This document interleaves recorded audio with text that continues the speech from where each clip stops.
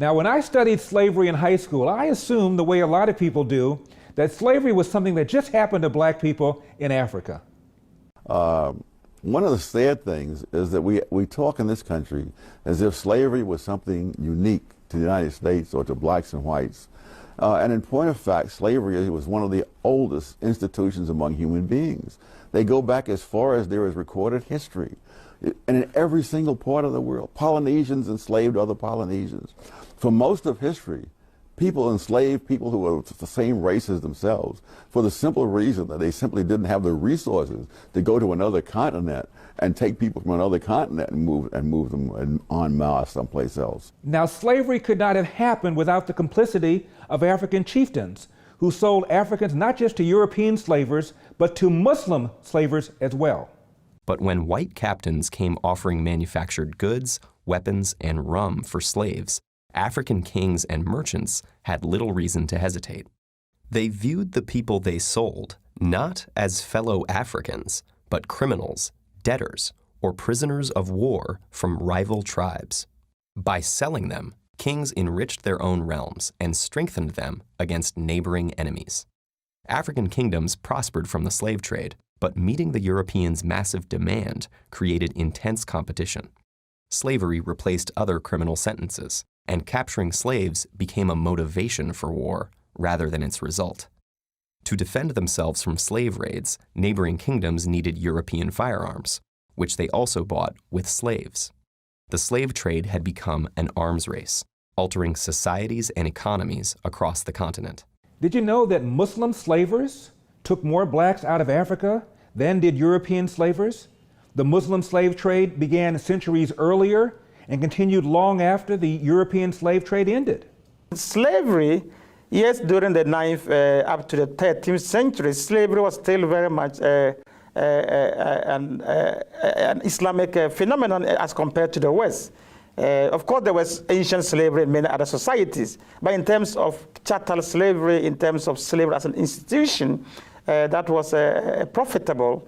That was very much still an Arab Islamic preserve until the West came in sometime from the 15th, 16th century onwards. Just how extensive was this Arab-Muslim slave trade of Africans? Slavery was a very important part of Islamic expansion in West Africa, and in fact in the Sudan, and from the very earliest period of Islamic penetration into Africa.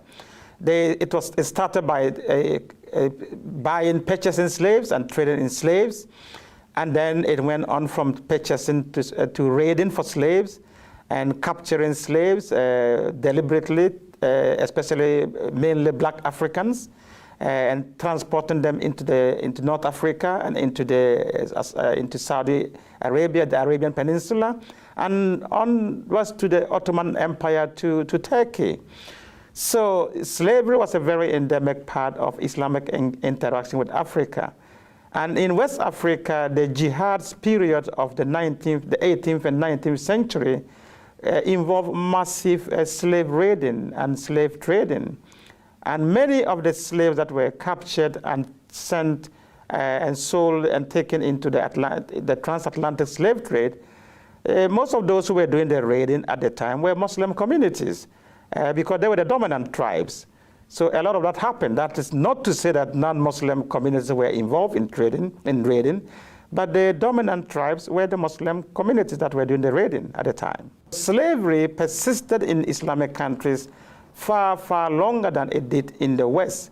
The West abolished slavery long before the Islamic countries ever abolished slavery. And they did so under a lot of pressure from colonial governments and from Western governments and from all kinds of activist groups.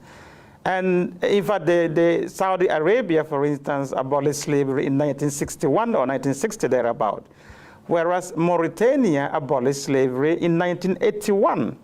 And these were done on paper, and a lot of it is still being done. In practice, there are still a lot of slaves in Muslim countries. And the Sudan, during the Civil War, there was a lot of slave raiding going on done by the Arab Muslims in the north against the enemies and the Christian Africans in the south.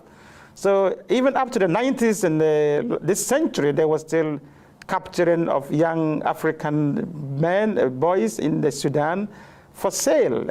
So slavery continues, even though it has been abolished on paper in many Muslim countries.